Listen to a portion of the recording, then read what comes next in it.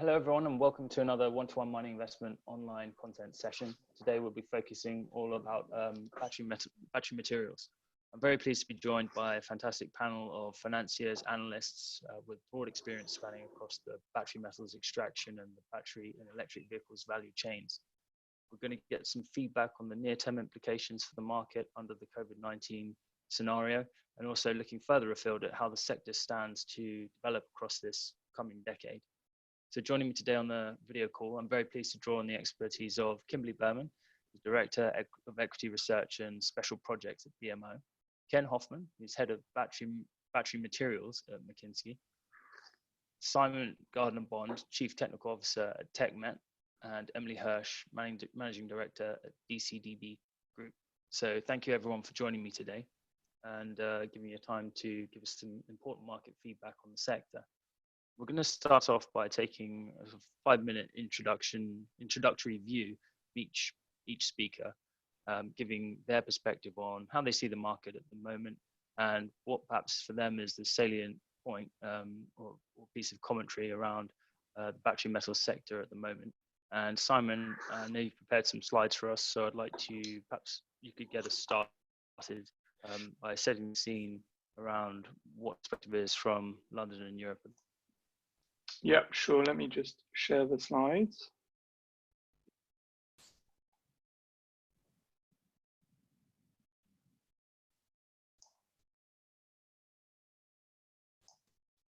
Just bear with me a second.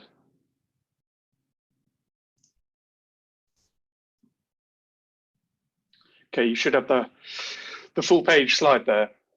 Yeah, I can see that. That's good. Okay, right. I'm going to try and keep to your 5 minutes so that we can have a good Q&A, because I'm sure that's where the interest is going to be.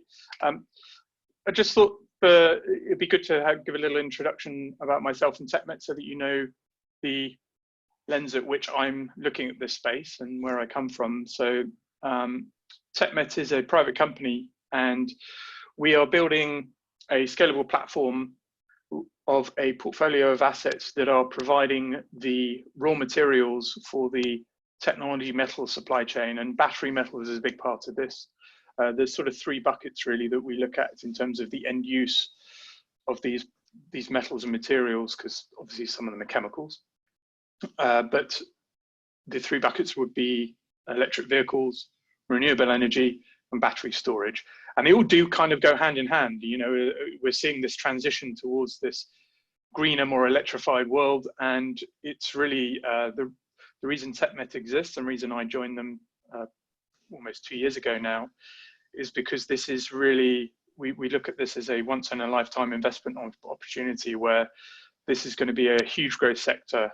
And I'm absolutely confident of that. I've been doing metals and mining for almost 20 years now. I'm a geologist by background. I've worked on the buy side and the sell side and corporate M&A and corporate finance in various roles. So I've been following the metals markets for a long time, and I've seen a few cycles come and go. And this has the hallmarks for me of an absolute certainty, and that is because it's been driven by 3 things really. Well, the 3 things I'll go into a bit more detail in a second on the next slide, but it's essentially consumer demand, which I actually call consumer desire and not just consumer demand. And I think there is an important difference there. But consumer desire, government policy, and just the pure economics. And by that I mean we've kind of crossed the Rubicon of it becoming economically viable to be greener and to have an electric vehicle, to have a solar plant with a battery storage as a more attractive economic opportunity than the alternatives, and the alternatives being generally fossil fuel based. So TechMet is a company that, like I said, private company with a series of group of investors led by my boss, Brian Mennell, who is South African originally, but based in London for a long time, who's been dealing with assets for a long time, comes from a long storied mining family. And then we have chairman of the advisory board is a guy called Admiral Mike Mullen, who was the joint chairman of the chiefs of staff under both Bush Jr. and Obama. That's an important point, and I'll get to that in a second, that he's on board. Well, not the important point that he's on board, but his reasoning for being on board is an important point, and that is because we see that one of the big drivers of this growth is the concern for, well, basically the concern that China has just stolen a march of about a decade on everyone else to secure the supply of a lot of these commodities, these metals and chemicals. And the West has a lot of catching up to do, and quickly. And this is a concern. It is a concern for the US, hence Admiral Mullen's involvement with us. And it's a concern for the Japanese, for the Europeans, and everyone else when they look at sort of the 60 to 80% that China controls of a lot of these metals, and rightly so. And so we're not anti-China at TechMed at all, of course, but we are providing an investment opportunity for investors who want to help to develop or to have access to assets that are not controlled by China. And that's what we're doing. You guys all know, I'm sure, if you're watching this panel, I know the other panelists know for sure, but if you're watching this panel at all, and this Q&A, I'm sure you'll be used to seeing these charts, the up and to the right.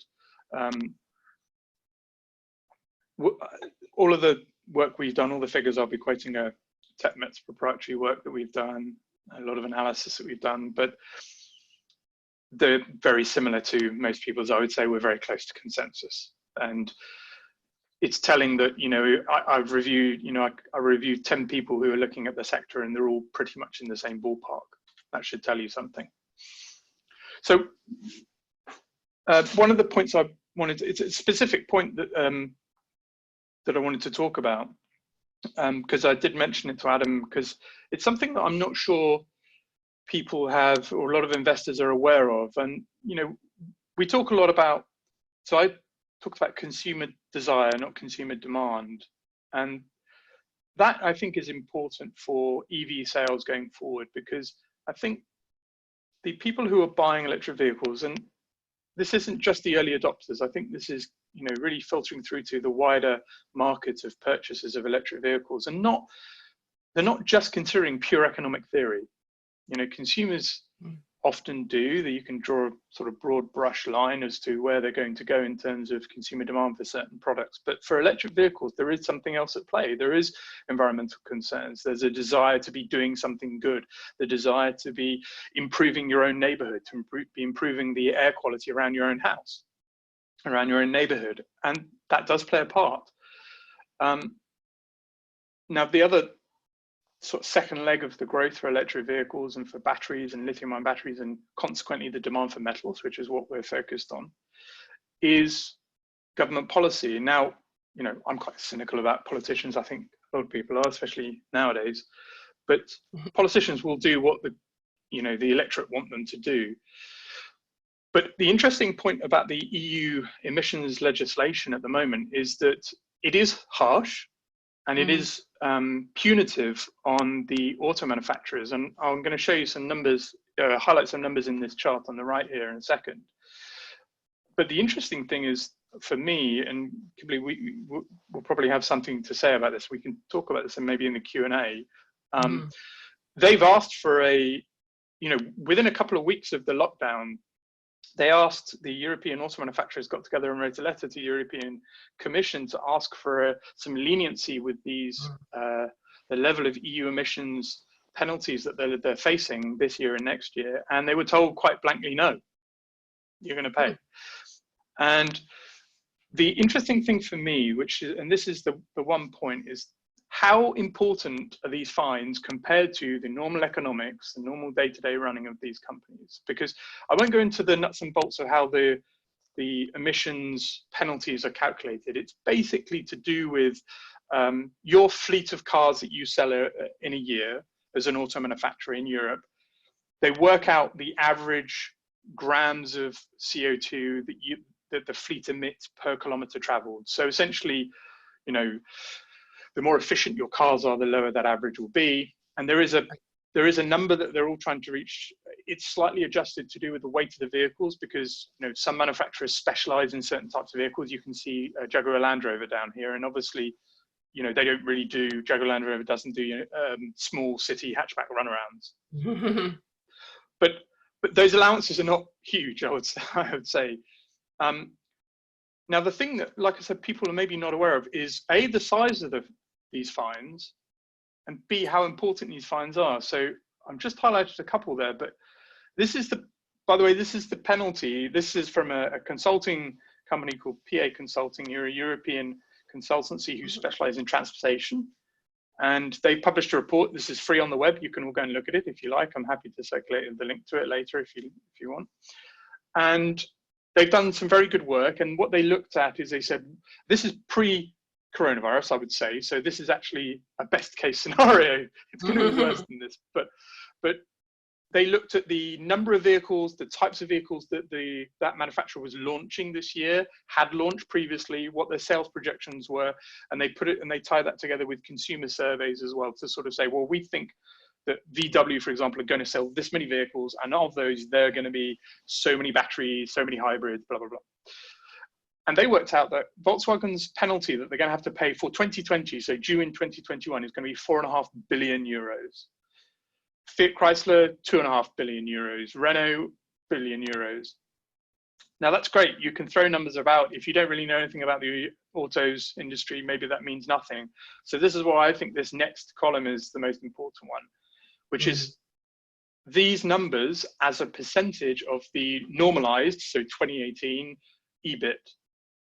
And that is shocking. And when I saw this table, I was really steeled by the mission that TechMet is on and what we're doing, because for a company like Volkswagen, Volkswagen have committed a couple of 100 billion euros to go electric. And this is why 30% of their EBIT next year, potentially. I mean, forget Corona, their EBIT is going to be nowhere near 4.5, it's going to be nowhere near 12 billion or whatever it was in 2018 because of the slowdown in sales due to coronavirus. But if we say normalized, they're not going to be able to stand to pay a third of their EBIT for very long. And it's worse for a lot of these guys. Fiat Chrysler, second largest retailer of vehicles, 50%. Mazda, 100%. Even places like, even companies like Toyota, who have been doing quite well because of the number of hybrids that they sell. Even therefore, they have been falling behind when this report was published. And then you've got people like Jaguar and Land Rover who are just going to go bust, right? 400%, 4 times their 2018 EBIT. They can't afford that. And this is for 2020. The emission standards are going to get worse. Well, worse. Let's say better for us. They're going to get more stringent over the following years. So when you see this, and you can kind of understand why there is such a push. And I really think you are going to notice, and you, the investor, you, the public, especially in the UK, you, Emily, and actually all of the other panelists are overseas, right? You're not in the UK. Yeah. But in the UK, I can tell you that there is a lot of hybrid adverts right now. And I think it's going to be pretty, the next 6 months, you're going to see a lot of full electric adverts. Even my daughter, who's 10, said the other day, we were just watching a TV show in the evening, and she said 3 of the adverts in that break were for hybrids. Now, the thing about hybrids is, for the auto manufacturers, they lose money on every one. And again, I don't need to go too much into the numbers behind it, but if you just think that a hybrid vehicle is essentially a normal vehicle with another whole electric system bolted onto it, well, no wonder it's expensive. And they don't want to sell those at a higher price point because no one's going to buy it. So this is this, sort of virtuous circle where the policy is harsh, but it's driving the auto manufacturers to make the change. Now that's gaining volume, and then the volume is gaining, and the volume gains enable the manufacturers to make it cheaper. Yeah. Now, what does that mean? What does that mean for the metals demand, which is where TechMet is focusing on? Well, I'll get to that in a second. I realize I've probably gone way over my 5 minutes. I've just got a couple of slides very quickly, because Adam put in, when we were talking about doing this panel, he said, where are the investment opportunities? And this is a slide I use sometimes just to demonstrate that for most investors who think about commodities or mining and want to get exposure to this sector, buying a big miner is just not your way to do it, because they just have zero exposure. And there's various reasons for that, partly because it's too small for them to bother with. nickel is probably the biggest industry within the technology metals, and even that's tiny compared to copper and iron ore and coal and steel, even aluminium, things like that. So you need to basically be a bit more specialized. So you need to look in a bit more detail. And this is, I'll probably leave it on this slide, but because this is the China risk that I was talking about. And this is I've said in the heading there, look past coronavirus and think that and you should be aware that the major risk to the supply chain for these battery materials is China. And I can tell you that a lot of very powerful people in government and industry are very concerned about this. The chart on the left, by the way, just to explain it, I've reworked the benchmark minerals sort of table that they've put out and they've circulated, where on the left of these charts for each, for the lithium and nickel and cobalt, is the level or the percentage of global production that comes out of China, out of the ground in China, essentially. And you can see for cobalt, that's almost zero. But then the right-hand side is how much do they control on an equity basis, either by owning outright the supply chain from the raw material or by owning the midstream refining, processing, chemical production. And that's important. That's very clever. That's what they've spent the last decade doing, because if you want to go and develop electric vehicles, you want to build lithium-ion batteries, you need to buy the bits that go into those batteries and vehicles, and essentially those are the midstream products. You can't just go and buy a lump of nickel and then put it into a battery. You need to actually buy the product, and that's what they have gained control of. Sort of 60 to 80% roughly in various different commodities. Okay. The last chart on the right there is just to show that China does dominate on the lithium-ion battery manufacturing, but they're not going to take over. The projections are that everybody is catching up, that they're kind of growing at the same speed. So China's going to go from roughly 70% to roughly 70% in a decade, but the US and Europe is going to either gain or maintain market share. So there is going to be an issue with those guys, the Europeans, the US, everybody else outside China, having a very notable demand for these materials. Mm. Okay, I'm done. Shall I stop sharing? Yeah, please do. And we can try and make these available for viewers separately outside of the webinar. But thank you, Simon. Set the scene nicely there with the EU focus. And I'm sure other panelists would like to jump in there, Ken, with some insight probably on China and the EV side of things. Emily, no doubt, will have a lot to say on the lithium juniors. But just like to go to Kimberly and get your takes. Are there some parallels there with what you've been putting out in terms of your research, Kimberly, and take us through your salient points for your 5 minutes, please. Well, so the PA Consulting report, I've actually knew about that back in December, and it was definitely an eye-opener, because when you have companies like Volkswagen and BMW, who are 100-year-old companies, and they are literally investing tons and tons, billions and billions of dollars into having their own way of trying to bring electric vehicles to market, trying to bring the costs down, but they also have to, is a bifurcation. So they're actually going in that direction, and then they're also trying to keep trying to keep building those ICE vehicles to make them profitable and keeping those jobs. And so there's a socioeconomic factor as well. And so, and we've seen this similarly in China, is that they're basically, they have to make their ICE vehicles more fuel efficient while investing into the EV space. And it hasn't been very easy, especially in China, where the China 6 is coming out. They gave only a 6-month delay, and if anybody the China 6 standard, emission standard, is the most stringent in the world. It's based on Europe and in California. And then they took it up to another level. And what we're hearing is that, people aren't buying non-compliant cars. And so you've got this sort of all of these factors going into it at this moment. And I just believe that it's all going to come to a head this year. I think that the COVID-19 pandemic crisis and the shutdowns have caused these companies to really hasten their electrification efforts and try to move faster into trying to secure supply chains and to get these EVs and these platforms on the market. Volkswagen, for example, has been delayed several times for its much anticipated ID platform. But the bottom line is that it's just very complicated. It's very hard to keep, the auto industry is global.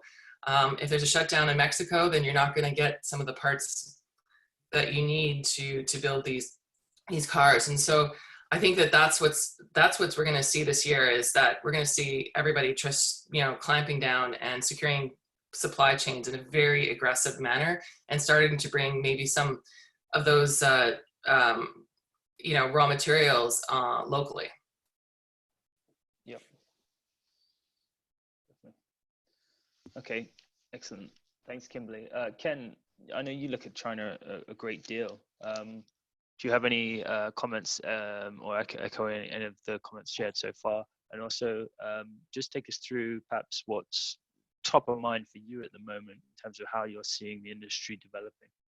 Sure. And, most of the work we've done over the last 6 to 9 months, and it's picked up quite a bit the last 3 months, has been in Europe.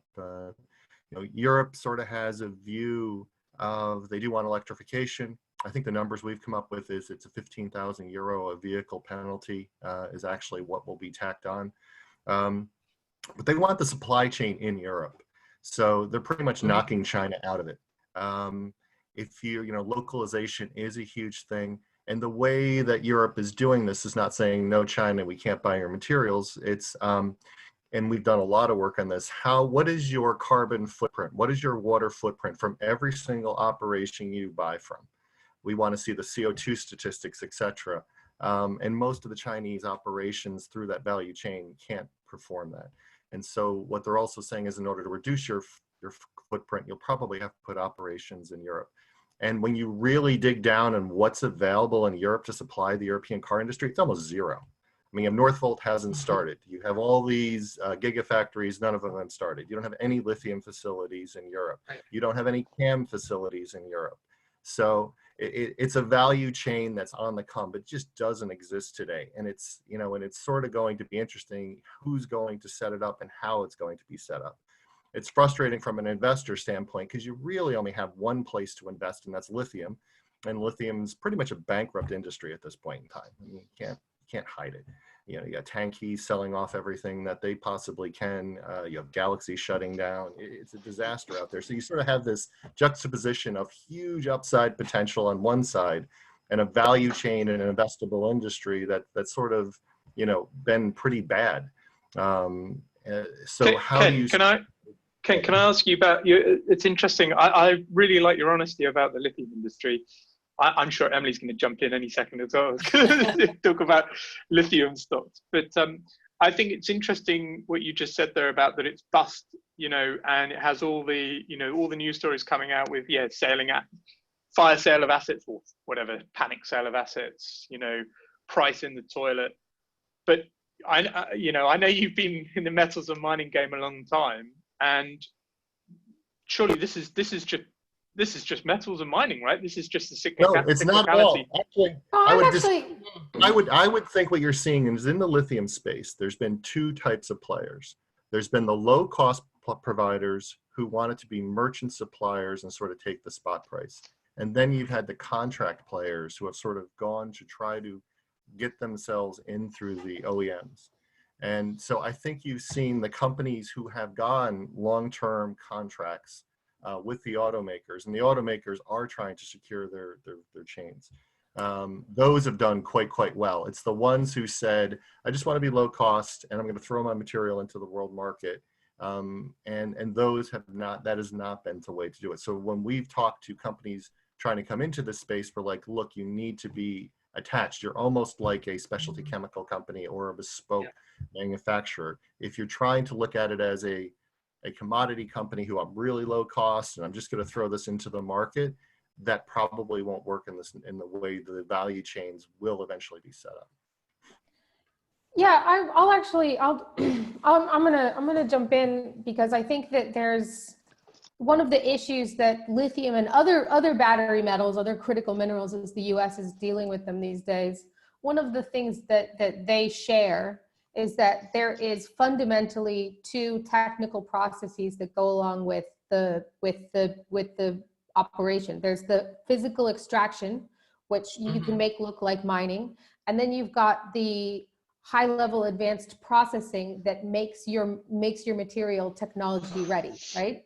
And the mining industry as an investment community has failed lithium, has failed rare earths, and will continue to fail these technology metals because it doesn't look like a traditional mining operation. And at the same time, it doesn't look like a traditional advanced processing industry. So what needs to happen is to find a way for these two industries to work together and to offset the need for immediacy when it comes to pricing to incentivize new projects and those projects coming online. You know, in the mining space, mining companies don't like to make decisions outside of a 3-year time period because that's the period that they can comfortably hedge their prices.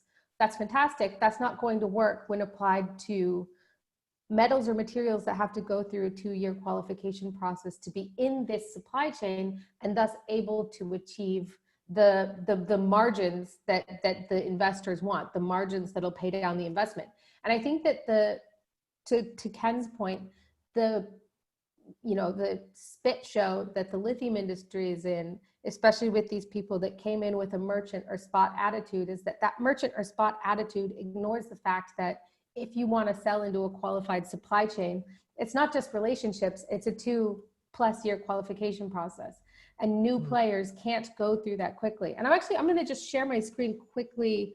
While we were chatting, I put into English a couple of things that I presented in Peru last week. And it's seconds, but I just want to illustrate something that I think is there's a disconnect or cognitive dissonance in the way that we're talking about lithium, but it applies across the supply chain to your technology metals that have this specific characteristic that there is an extraction process and an advanced processing step. And those things have to happen simultaneously, which looks different than mining industries have looked in the past. So let me just see if I can get it into English here. Share. So just to kind of quickly go, one of the, with the COVID and everything, COVID's just a crisis. Crises don't cause new variables. They expose weaknesses and they accelerate trends, right? So in this case, they've exposed a weakness that we don't have control over economy. We're going into an economic recession. There's going to be massive government action to try to mitigate that process. The trends that this crisis is driving to potentially go faster is deglobalization and supply chain localization and electrification and mobility. But the question of who's going to pay for it looms large because of this parallel extraction and advanced processing step, but also this reality that even if lithium prices were to double or triple tomorrow, that wouldn't get new qualified sources online in time to take advantage of that price boom. And that's the reality with a lot of these technology metals. And so just sort of, you just got the slow term drop. You've got lithium getting absolutely trashed this year.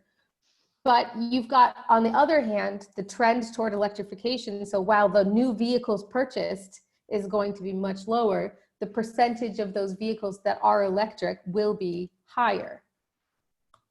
And so I kind of wanted to just end with talking about, I'm sure everybody's seen this. This is the World Bank's 2050. They have a world where lithium and cobalt are increasing by 500% by 2050, but with no plan or no conversation that includes how do we make sure investors are made whole by putting their money into these these time lag, right? And I think that to sort of close out on China, and I'll stop sharing, the reason that you've seen China be able to dominate in these markets is that they're not playing by the same rules as everyone else when it comes to how they're looking at timing and how they're looking at the need for these inflection points in the market to be hit within 6 or 12 months without totally going bankrupt. They're saying, we see this trend, but we're not going to be as obsessed with calling the inflection points as we are with kind of riding the trend. So that's kind of my, yeah. I think Emily's absolutely right. Yes. And this is actually one of the reasons that TechMet is a private limited company. So we looked at different structures, and we get questions from investors and new investors who are coming in and looking at us and saying, why did you set up as a private company? And one of the reasons is the time that it takes to get these assets up and running. And you're right, Emily, that there is a 2-year qualification period, which, as you say, one of the differences between traditional mining and a lot of these, chemicals essentially is what they are, is that, the majority of mining investment is essentially gold, copper, and iron ore and coal, right? Those are they're not in that order, it's kind of the reverse of that. But and the thing that all of those four have is they have an absolutely guaranteed end market. And for the base metals, that's the LME, right? So if you go and start a copper mine, you don't have to have a customer to go and build your copper mine. As long as you make qualifying product, someone will buy it. Someone will buy it and put it in a warehouse, and it'll be stamped. It'll be 4 nines, 5 nines, whatever it is, and it'll be LME grade, and you know what you're going to get because the price is printed twice a day. Right. Iron ore was not like this 20 years ago, but it was interesting what we were talking about earlier, that I see parables for the iron ore market 20 to 15 years ago to the lithium space now. What Ken was saying, where you have a couple of big players who are very low cost, that was essentially that was BHP, Rio and Vale. And then back in the 2010s, you had a lot of these iron ore juniors who came along thinking that okay, I don't need an offtake contractor, I don't need a customer, I'll just build the mine and then I'll be able to sell the product. And most of them didn't work, right? I say that through having come a cropper working for an investment fund where we invested in some of those things that didn't work, unfortunately. But so I think that's happening now, and like I said, that's why TechMet chose to be a private limited company, so we can take it off the market and say, well, we can be patient. We're essentially a permanent capital vehicle, so we have the patience to be able to say, okay, you want to build a nickel mine or a cobalt operation or a lithium operation, but you need to have the time to be able to build, and as Emily said, get to a product which is qualifying, which is good enough to go into a battery. So we're able to do that, but the majority aren't. And I think also it's not just that the majority want, it's the majority don't want to. And I'm going to be a little bit critical of and I'm coming at this from a US-based investment community, but the next lithium price spike, right? Let's say it happens in 3 years, just give a number. There are still so many people who don't want to take that risk of taking a project into production that they will be more than happy to play a real estate game with the lithium properties again, and not have to take that risk of putting something into production, knowing that the price is going to change, the market is going to change while you're doing that construction. I don't think enough changes have been made to address it. And again, I think that the people with the capital don't want to take the risk. I mean, if you're an oil and gas company right now, you're bleeding. You don't want to go into this uncertain market. The OEMs, as much as I think you can see incentives on one side for them to come into these technology metals markets, on the flip side, they don't have in-house skills to read a mining project. They don't have that in-house. And so with all the pressures that they're facing with regulatory compliance, to build those in-house teams to even come out and kick the tires on a mining project, I don't see them doing it in the short term either. And so I I haven't seen good enough solutions come to the table yet that help do more than talk about why there are problems. Can I give you guys a scenario as to why the prices for all of these technology metals? So we focus, I flipped it up very quickly, but we focus on sort of 7 commodities, but they're all driven by those buckets of demand that I talked about. So lithium, nickel, cobalt are 3 of the big ones, but also things like vanadium, rare earths, tin and tungsten. So that's the others that we do. And they're all linked to this growth area. Let me give you a scenario. And by the way, this is not the technical view particularly 100% or my view particularly, but it's something that I think about because I can think about the experience that I've had working, especially a couple of jobs ago when I was working for some large commodities investment funds, but as part of a larger asset manager. And I had a lot of exposure to non-commodities asset managers who were looking. Mm-hmm. And the people that drive the equity prices, I'm going to sort of paint a picture here, so bear with me a second because there's a few things coming in here. But to enable the investments to be made in new projects to provide the new supply, the share prices of these development companies need to be good because they need to be able to raise money, equity money, to be able to go to put in there. Now, I can see a potential situation where post-coronavirus, there is going to be such amazing opportunity in so many sectors who have been absolutely decimated for generalist asset managers that there is no desire to take commodity risk on top of the equity risk, the company risk. So I think that we're going into this, like I said, that sort of the break in the curve that I was showing in that line there, in terms of electric vehicle sales, and then you can read for that the break in terms of the speed, the velocity at which we're going to be gaining in terms of metal supply demand or metal demand for these electric vehicle metals.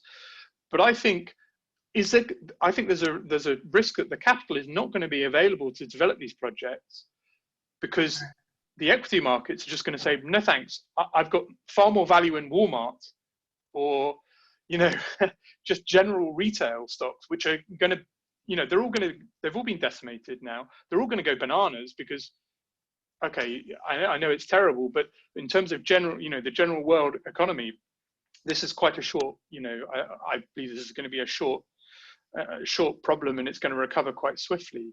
Maybe not to the same level, but there is going to be a good recovery. So the opportunities for the generalist equity money is going to be elsewhere. And they're going to say, no, thanks, I'm not going to go and fund that lithium development play. I'm not going to fund that nickel play. And so meanwhile, the demand is just creeping up and creeping up and creeping up. And we're going to get to a point in, I think even less, Emily, you said, 3 years? I think before that, you're going to get to the point where these auto manufacturers facing massive fines, facing consumer demand, are going to say, I don't care how much your nickel costs or your cobalt costs, just get it for me. Right. And at that point, that is when the commodity prices are just going to roof. I'd like to just jump in really quickly. I just wanted to say that, we talk about lithium.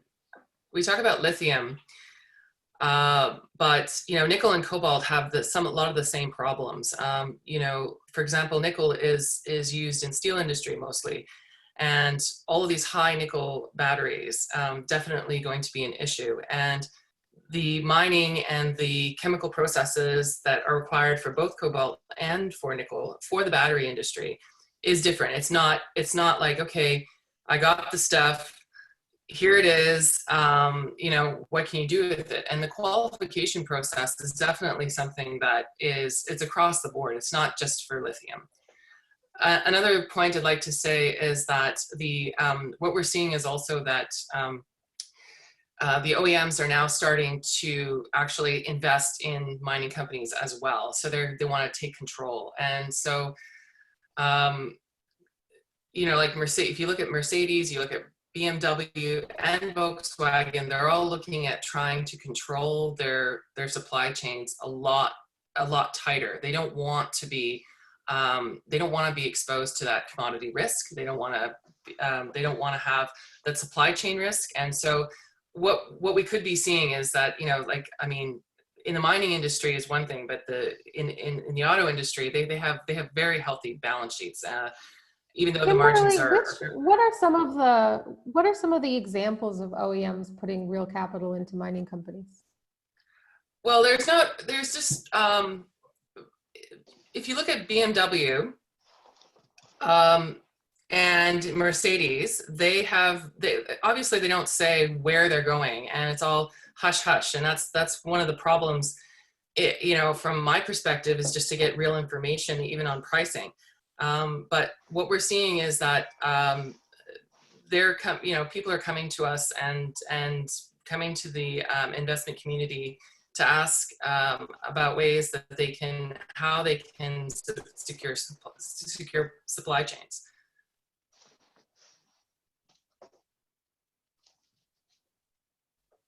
So if you look at Mercedes, you look at BMW, for example, they actually say that they're working very hard to ensure that that they're not so reliant on China anymore.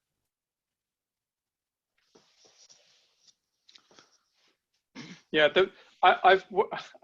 we've talked to quite a few OEMs as well, and part of the problem is that there's a mismatch between two things. There's a mismatch between the type of risk, not the level of risk, but the type of risk that you are taking on when you're thinking about building a mining, or let's call it, a mining / downstream, project. And so it's the type of risk and the timing, and the OEMs just don't. I mean, look, I've had some conversations with some of them, and one in particular who turned around to me, sort of in a private conversation, and said, to be honest, Simon, we're not bothered about it until it costs, until the cost is prohibitive, and then we'll start to worry about it. There is still this slight ignorance that it's just going to be there for them. Well, it's also that, like, I haven't seen on a human level, right? I don't know 5 of my friends from mining investment who have gotten the job as the new head of mining investments at BMW, right? You'd think that if these companies are moving in that direction, there would be larger movements of getting, decision makers with that experience, hiring people who worked at Rio Tinto for 10 years, 15 years, 20 years to come in and bring in that skill set. Because I go back to lithium because it's what I know, but I found it to be very interesting about 4 or 5 years ago when I'd go meet in New York with someone at Bank of America or one of those teams who've covered FMC or covered Albemarle. Their skill set was in covering a chemicals company, and then all of a sudden they were needing to cover mining. And it's just, they didn't understand how to read a mining project the way an entry-level analyst on Bay Street would. There's skill sets that come from different professions, and for me to take hopefully so that the car makers have a good experience when they come into mining, because nothing would be worse than a few high-profile failures of, Volkswagen gets in and all of a sudden, oops, it was Namaska, right? So, but in order to understand how to invest in a mining company, you should first see them develop, teams with experience doing mining investing. I agree with you, Emily. Then that's not happening quick enough it's just not happening. When you looked at the battery chemistry space as well, and you look at how there's a huge moat between what the OEMs wanted and what the battery cell manufacturers wanted. And that has, when we went to the GM plant, for example, the battery plant, I asked them how their relationship with LG Chem was. And the bottom line is that they said that they had to do a lot of work because the battery cell manufacturers didn't understand what their needs were, and vice versa, right? So they would come up with hey, here's a new chemistry. This will get your cobalt costs, raw material costs down. And then they didn't understand that there was this whole developmental process that had to go into building these electric vehicles and the testing that is required. So if you take that and there's this huge moat, then there's this other moat between the battery cell manufacturers and the OEMs and the mining community. And that is something that that everybody needs to start, instead of actually doing lip service by saying we want more control over supply chains, to actually say, okay, we need to bring mining people inside, not chemistry people handling this, or financial financial advisors or anything like that. We need actual mining expertise in-house. And so that's something that, we talk about all the time. It's just one of those things that it's not happening fast enough, and we have to always sift through what the OEMs are saying in order to understand exactly what they mean by that. I think the other big problem is the technology is moving so fast. Like that slide you showed, Emily, had graphite up 500%. That sort of means that there's not going to be a solid state battery, that there's not going to be any sort of improvement in anode technology over the next. You're just trying to get out of owing me a horse, Ken. I know, exactly. I see your game. You'll be right. And that's sort of the problem. That data is very flawed. Will we have a lithium chemical anode? How will that impact the business? And for the major miners, part of the reason they're not investing in here, it doesn't move the needle for them. I mean, it's a 300,000 ton market. To Rio or BHP, it just doesn't matter. And the technology risk is so large. Then you talk to the automakers and you Google new electric vehicles. There must be 50, 60, 100 new electric car companies. What if 3 or 4 more Teslas pop onto the scene with different batteries? How that all works together is going to be really interesting, and what makes huge upside potential, but also there's going to be some failures. Yeah, the battery chemistry. Since you brought up chemistry. Go ahead. Oh, sorry. I was just wanted to jump in for the battery chemistry. I've been living and breathing it for the last 3 years, and everybody says that the technology changes quite quickly, and it actually doesn't. It takes some time. A tweak is never a tweak. A tweak is never a tweak, right? And it may work at the benchtop level. They might say that there's a breakthrough chemistry, something of that nature. And the bottom line is that we don't know if it's going to work. It's going to take 2 to 3 years in order for it to work, to see if we can put it inside a battery cell that can power an EV. So that's where what we're seeing is that there hasn't been, like, we talk about lithium metal, we talk about solid state. And I talk to the people on the front lines, like the actual scientists all the time who are working very hard to try and solve these issues. And there's just so many issues. Lithium metal has been researched for over 30 years. And the reason why graphite, became it's because it wasn't as volatile and it was easier to make. So all of these decisions that are made, like they say, great, let's go lithium sulfur, let's go lithium air. But people don't really understand that this technology takes time. And it takes at least 10 years to even go to the proof of concept phase. And a lot of these technologies aren't there. Well, when you look at the integration that's happening with the OEMs, essentially, I don't think OEMs should tomorrow move into mining, but I do think that the trend of OEMs moving into battery cell manufacture, essentially. If you've seen Tesla moving to make their own battery cells, everybody's waiting for Tesla Battery Day. And I think that we're going to hear more vertical integration announcements there. You've got GM getting more involved. And I think that supply chain integration paired with government incentives for regionalization and supply chain localization, that could expedite. Maybe, obviously, I don't think it's still going to be not snapping your fingers, but I think that could ease the friction between the battery chemistry mines and the manufacturing mines. Like putting those two parts of the supply chain closer together and further integrated could take what currently is 3 to 5 years and get it to be from 1 to 2. Because if you're the OEM, you're the one who stands to gain from increases to range in a way that your battery manufacturer, your cell manufacturer would be more resistant to change because they aren't going to reap the benefits of a superior technology.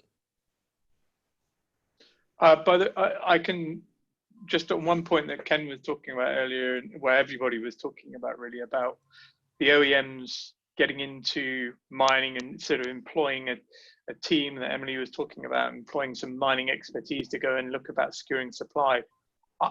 I actually think that I can well imagine that they just don't feel the need right now because the price of their products has been coming down for the last 2 or 3 years. So if you're the head guy, I'm not saying the CEOs are idiots in any way, but if you're the guy who's looking, if you're a manager, you basically you trust the people underneath you, but you look at the bigger picture. And if you look at the bigger picture of the raw materials part of their vehicles, the only conclusion they can reach over the last 3 years is, well, it's been getting cheaper, and if I want lithium or if I want nickel or cobalt right now, I can get it. Not only can I get it, I can get it half the price I was paying 2 years ago. So do I need to employ a team? Probably not now.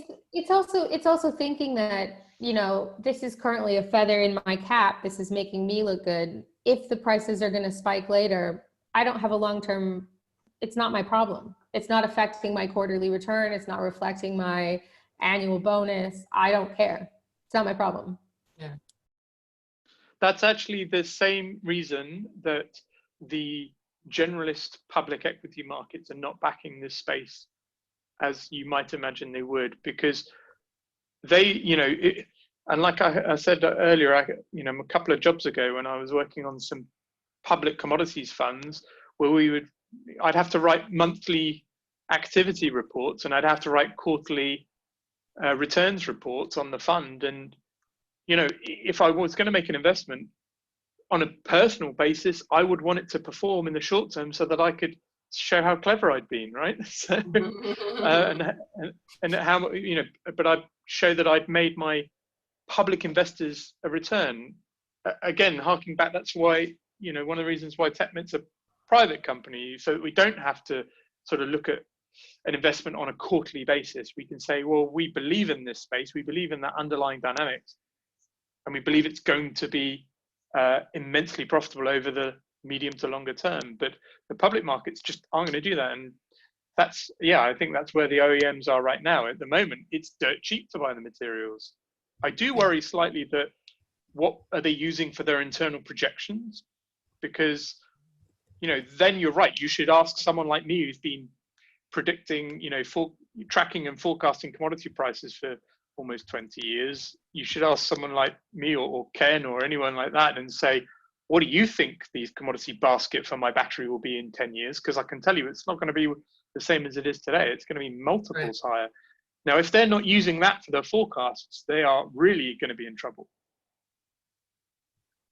But to be fair, you have seen, so Gangfang has been pretty smart tying up some deals with BMW and Volkswagen. It seems what they're looking for is not to be the miner. And I think we would probably all agree automakers trying to get into the mining industry wouldn't be so smart.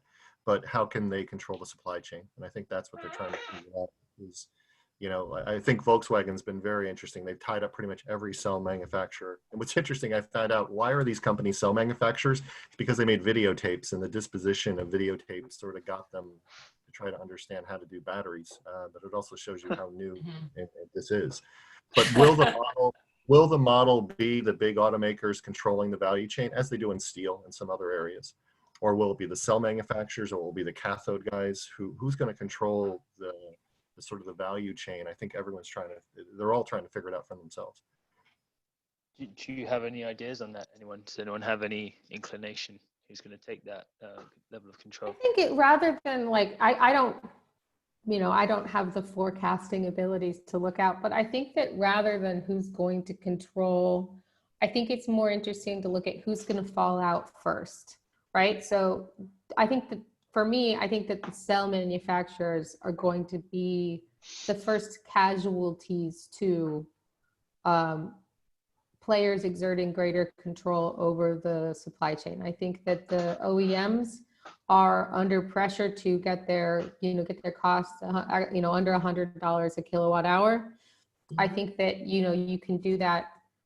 The easiest way to do that is to essentially take that cell manufacturer out of the game, get their 20% or so margin, and then either pass that along to your consumers. I think that the cell manufacturers are the first casualties. And then the next one I would say is, I think that the cathode makers are at risk of becoming, tollers or at risk are at risk of not being a real player in how these supply contracts are written, right? But then where does the control get exerted from? Again,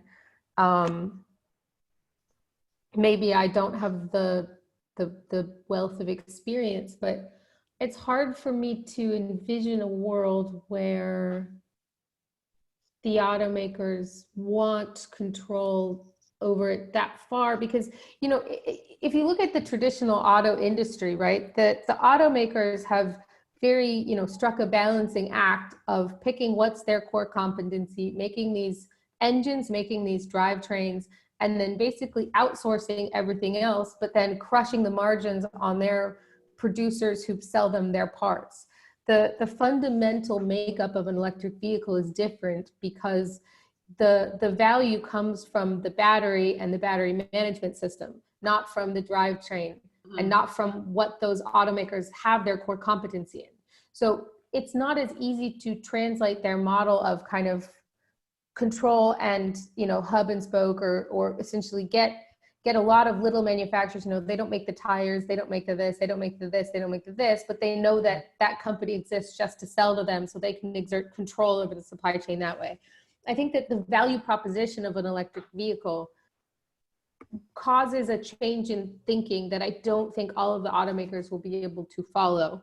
And I mean, Tesla is an example of a company that's understood where the value, you know, what the drivetrain or what the engine is of the battery of the future, and it's that battery management system in the battery. Right. I would agree with Emily. I would also say that, you know, it depends on, you know, some OEMs have actually said that they're not, like BMW, for example, is not going to be going in-house. They have they put money into a research center just so that they can understand the battery chemistry a little bit better in-house, but they have no intention. They've said again and again and again, they have no intention of doing that. Whereas Mercedes and Volkswagen and all those other companies and Tesla has been exerting more control over the battery cell manufacturing, as well as every step of the way with the battery cell into the battery pack. And obviously the most successful has been Tesla's battery management system, because it's a high nickel content. And this is why a lot of the companies are having a hard time developing battery management systems for high nickel NMC chemistry. And so absolutely there's an understanding. I think that they're not all following Tesla's model. Obviously Tesla is the success story. It's, you know, 14%, I think Model 3 was 14% of all electric vehicle sales globally last year. They've been able to build a plant in Shanghai in record speed. They're planning on building electric vehicles in Berlin starting next year. They've been just, you know, giving all the traditional OEMs a run for their money. And so, but companies like BMW, they're thinking about how they're going to spend their money. And they've decided to, for example, not have a dedicated platform, electric vehicle platform, because they have flexible platforms to do all three, and they want to be able to start and stop and have control of the production lines. So that's their strategy, and we all know Volkswagen's strategy. And the numbers, like Simon, what do you think about the fact that they said that they're going to have 22 million electric vehicles on the road by the end of the decade, or something like that, something outrageous like that? And are they really, you know, is it lip service, or are they really, you know, able to understand all elements of the supply chain in order to make that happen?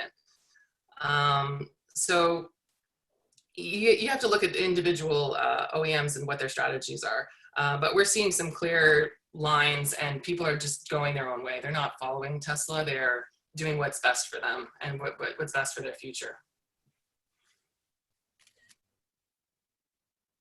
Yeah, it's just because, and I think that a point that comes from Kimberly's assessment of the different paths, these could all be paths to success. This is a very different type of market, and one might work, another might work, another might work. It's because you can't do everything, but you can't treat it like an ICE supply chain when it comes to the value proposition. So different approaches to capture more value or deliver a better product could all be successful. There's a lot of variables up in the air. That's right. And I think that, a company like BMW, I think everybody underestimates them. They are the 5th largest, they have a very impressive line of plug-in hybrids. And I guess because they haven't really brought out a new pure electric vehicle in a while, people kind of dismiss them. And they're very quiet about what they're doing, but I think that they're underestimated. And I think that, when you look at their strategy, they looked at, they've been very open about the fact that they said that it's going to cost billions of dollars instead of, being able to tailor their own in-house, sort of production lines. And it's just going to be less money and to have the same result. And so these companies are very smart, and they're going to do what's best for, they've been around for a long time, and, and it's exactly that with the ICE vehicles, and it's with ICE vehicles, they have to keep producing them. They have to meet their fuel efficiency standards. They have to keep their workforce happy because they need to make those initial profits. In the next 2 or 3 years before they start making that aggressive transition over, they have to retrain some of their employees. There's all of these variables that need to be happening, and I wouldn't underestimate these companies and how they decide to move that strategy forward. Okay, very good. We've covered a lot of ground there, everyone, and we're sort of nearing the end of our time on this discussion. But I just wanted to draw attention back to the junior miners quickly, just see if we get a bit of commentary there in terms of how have you seen them performing? And it doesn't just have to be within the lithium space, but in terms of, do you think there's a lot of consolidation coming within the junior tier for battery metals producers, or if they can show some resilience across this lower period for economic activity, actually they're going to stand to do really well out of these when the battery metals commodity prices do spike up following this increased demand that we've covered quite extensively. So if anyone wants to start off on their take on the junior tier at the moment. I think it's going to be very interesting to see how deglobalization trends or localization trends affect the junior miners and affect different geographic pockets of the junior miners. I think that when it comes to the battery metals space, there's still not a great correlation between the stock price and whether or not it's a good asset, because the market, still doesn't understand what makes an asset that has potential and an asset that, isn't going to go anywhere. And I'd love to actually hear more from the nickel experts. Most of the nickel market, nickel prices, nickel demand is not currently from batteries. As that transitions, how does that impact these deposits that are maybe the kind of nickel deposits that you were looking at? I mean, I haven't seen correlation between stock prices and what I see as sort of the underlying fundamental value of the asset that these companies control. Well, the nickel's an interesting one. Over the long term, I'm actually most bullish on nickel out of all the commodities we look at, primarily because if you don't mind if I share one other slide, because I was going to share it earlier, because it's a slide that I have in the presentation, but I wasn't going to use. But I think Ken needs to jump off in 5 minutes, so if you can whip through it. Yeah, no, don't worry, it's very quick. It's just this, because it's great. It's basically all I've done there is I've taken our forecast, which again are our own forecast, but are pretty close to most people's consensus, and just looking at lithium demand, nickel demand, and cobalt demand over the next decade. And I've split it out to basically batteries and non-batteries, everything else. And the nickel one in the middle really stands out, right? Because, and this is why the nickel price for the next couple of years is not going to pay attention to the battery demand, because it's going to move from like 3 to 5% of nickel demand. This is, by the way, why I don't believe that copper is a battery commodity and won't be for another decade at least, because the market is just too big, or is so big, and the battery demand side of it is so small as to be insignificant compared to whether China sneezes or not, right? So if stainless steel sneezes, nickel's going to move, because that's where most of nickel goes, and it is going to for the next couple of years. But then you go to the back end of this chart, and you look sort of from 2025 to 2030, it is significant. And we've moved to, if we assume that, taking on everything everybody says, that technologies take a long time to come into effect. So if we assume we're going to be in a higher nickel chemistry, but probably similar battery chemistry to where we are today, NCMs, NCAs, and maybe some more LFP than we have today, but we're going to need a hell of a lot of nickel, and we're going to need the right type of nickel, and that is going to be a problem. I do worry for a couple of the juniors, the junior developers right now, because of that time lag. If you're a public market company, you need to be constantly feeding your investors with positive results so that the share price stays up. But if you've got a nickel project at the moment, the price will recover for the next year or so, but you better have a balance sheet that can support yourself over the next 2 years, because even then you've got to go out there and raise a lot of money to go and build your mine. And even then it's going to take 5 years to build the thing before you can get into production. And then, as we've just said, another 2 years to qualify your product. So it's definitely going to be difficult. And do you have any final thoughts on nickel? Are you bullish on nickel as well, or perhaps we're quite bullish too? But one thing I'd like to say as a parting shot, the U.S. will have an election in November. The platforms from the different parties are quite different. And if you were looking for something that could really impact the market, is if the Democrats were to win the election, they have a very European style view of EVs, and that could really be a huge positive for the junior miners. So watch out for that. Yep, that's a very good point. Yeah, we haven't touched on EVs versus oil in that respect. Okay, if you need to duck out, Ken, thank you very much. Thank you for joining us today, and we can just conclude with our final points amongst us. Finish up. Thank you again. Kimberly, did you want to jump in? I know you were bullish on nickel last year when we did our New York panel. Has that view remained for you? Have the fundamentals changed at all? Well, I continue. No, my fundamental view hasn't changed. I'm still bullish on nickel regarding in the battery space. We've looked at various scenarios, and we continue to look at various scenarios, like whether the high nickel NMC is going to be the winner, or if NCA is going to be adopted more widespread, with other OEMs other than Tesla, and it just shows again and again and again that nickel is definitely the star of the battery chemistry world, of the cathode chemistry world. The cobalt situation continues to be that OEMs are working really, really hard to get it out of the system completely. Whether that happens or not is, it's very dependent on the original chemistry. For example, cobalt, you're able to get cobalt out of NCA. That was a paper that was published last year, but it's easier to get it out of the NCA battery than it is out of the NMC battery. So there's all of these pushes and pulls, and every chemistry is different. And that's what, that's the bottom line, is that every chemistry is different, but the nickel is still the star of what everybody's looking at. And even GM has decided to go converge the two chemistries in an NMCA type of platform, and that still is high nickel.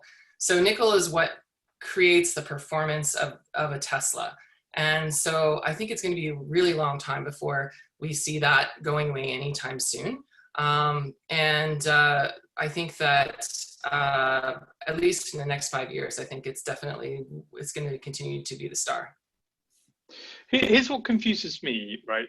If you're Volkswagen or one of the big OEMs, and you're using a battery chemistry that has cobalt, and you're thinking, well, we need to get rid of cobalt. Okay, what are the reasons you want to get rid of cobalt? You want to get rid of cobalt because it's expensive. You want to get rid of cobalt because 65% of it comes from the DRC, and that gives you the willies because you're not sure about mining methods and security of origin. Well, how much is it costing them to move chemistry from an NMC 62A11, whatever, to a non-cobalt? If you give me $1 billion, I will get you enough cobalt to last you 50 years.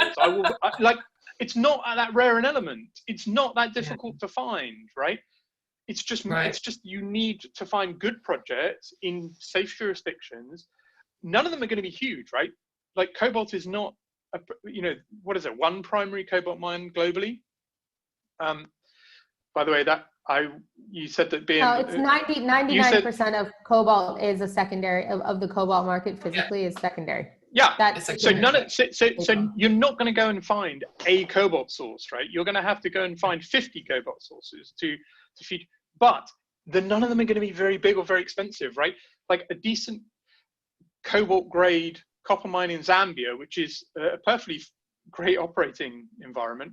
You give me $200 million and I'll go and find that. That could be, 20% of your global supply for one manufacturer. I mean, it's not, I just think they've got it a bit sort of topsy-turvy. This kind of feeds into it. They don't have people in-house who understand how to look at this market. Because yes, that is an obvious solution to the problem. It's an obvious solution to the problem, but it speaks to a cognitive dissonance about the fact that the people that are making these hulking chunks of metal that we're using to transport ourselves from A to B can't imagine a mine of anything looks different than those pictures from the UN's, cobalt report. Yeah. And that's it.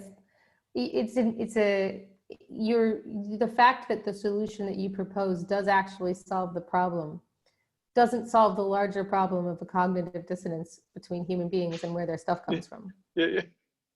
And I think I just would like to add that, the Tesla's research chair is Jeff Dan, and he's based in Dalhousie University. So he has a great deal with Tesla because he can actually publish all of his research. If he was working for BMW, I'm sure of it that he would not be able to publish his research, and it's all open access.